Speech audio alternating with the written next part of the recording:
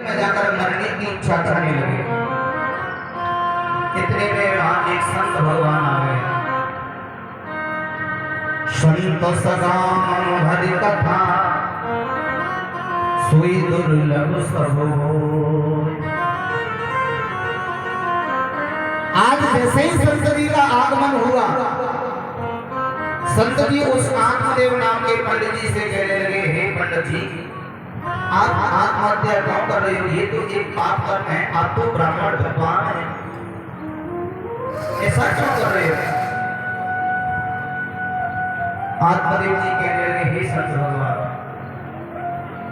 मेरे घर कोई पुत्र, मेरे यहाँ तुलसी का विवाह भी है, वो भी सूख जाता है, मेरे यहाँ दूध देने वाली गाय है, उसकी भी कोई बछड़ा नहीं है। प्रभु आप कैसे भी करके कुछ भी वरदान देकर मेरे घर एक बेटा को दे दो, मेरा वंश चल जाएगा।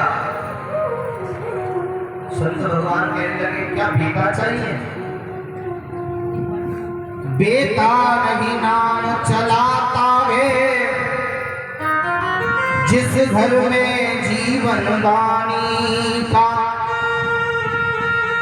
नाम तो बेटा डुबाता है, जो घट घट घट मर जानी का। क्यों क्यों क्यों आप कह रहे हो बेटा नाम चलाता है? मरने के 13 दिन बीतते नहीं है, वही कचहरी पे जाकर के वकील साहब से कहता है, हमारे पिताजी को नाम काटो, हमारा नाम जोड़ो, जब हथौड़ी में हमारे नाम पे फिर मांग दो। बेटा नाम नहीं चलाता है, नाम कौन चलाता है? पुत्र वरदानी हो, जो हर से नाता जोड़ेगा, जो पिता माता स्वयं से रिश्ता पवित्र मोड़ेगा। जो पुत्र है वह बेटे का नाम से भी बड़ा होता है। आज पंडित जी बार बार वन करने लगे। संत भगवान बोले, राजा मैंने दृष्टि देखी है, तुम्हारे घर एक नहीं, इस युग में एक भी नहीं, 7 युगों तक आपके घर कोई बेटा बेटी नहीं हुआ। 7 पीढ़ी तक देख लिया मैंने आपका। आज पंडित जी उन्हीं संत भगवान के चरणों में अपने मस्तक को लेकर के बार बार परी पर गिरते मरने लगे। बोले, अगर मेरे घर पुत्र नहीं होगा, 7 पुस्तकों तक आपने तो ऐसा कह दिया है, तो मैं अपने प्राण अपने घर को ले जाऊं, आज आपके चरणों में विलीन कर दूंगा। संत भगवान बोले, चिचोगी आप बदलते न जब पंडित जी की दृष्टि हम पर पड़ती, न हम पंडित जी के पास जाते, और न पंडित जी हमके पुत्र की कहते, न हम पंडित जी से कहते कि तुम्हारे यहाँ 7 जन्म तक कोई पुत्र आए। तो आज मैं जो पंडित जी मरने की इच्छा करते हैं।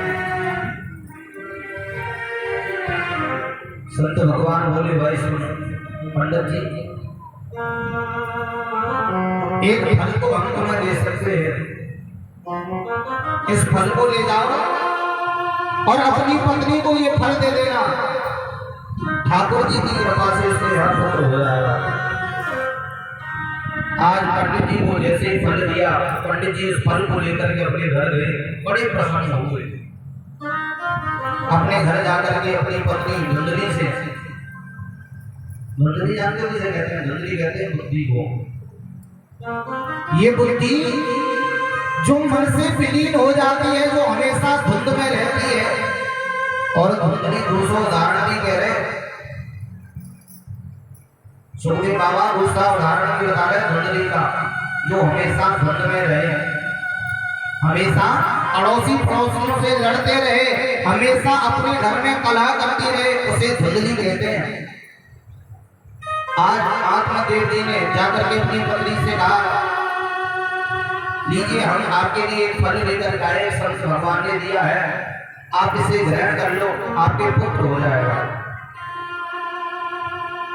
धुंधली बोली, मैं अभी नहाई धोई नहीं हूँ, मैंने भगवान की पूजा पाठ नहीं किया है, आप मुझे ये फल दे जाओ और मैं फल को भगवान की पूजा करने के बाद खा लूंगी। आज पंडित जी उस फल को देख करके चले गए। धुंधली ने सोचा, हमने सुना है, मन में सोचने लगी, हमने सुना है कि अगर हम ये फल खा लेंगे तो सुखदेव जी अपनी माता अरणी के 12 वर्ष गर्भ में रहे। ऐसा न हो कहूं शरण के कारण या घर में आग लगती हमारे गर्भ रहे वो तो हम पे तो भाजपा हो जाओ। सोचने लगी, अनेक कृत अपने मन में विचार सोचने लगी, धुंध में रहने लगी, क्योंकि धुंध में रहती है ना धुंधली। आज सोच रही थी, उसकी बहन वहां आ गई। बहन से कहने लगी, बहन तू एक काम कर, ये बता हमारे पति एक फल दे गए कि तू इसे खा लेना, तेरे पुत्र हो जाएगा।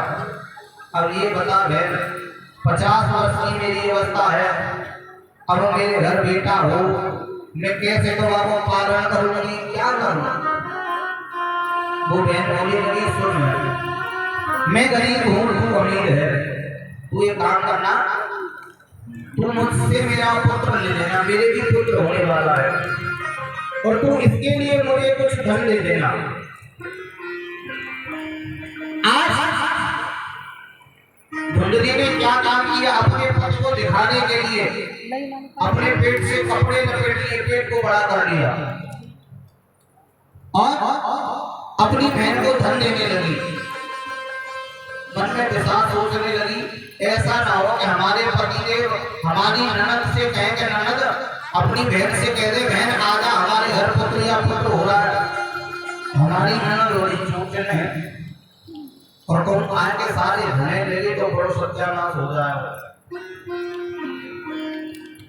उसने क्या काम किया, अपनी बहन से कह दिया, जा तू मेरे लिए बेटा ले आना, मैं तुझे धन दे दूंगी।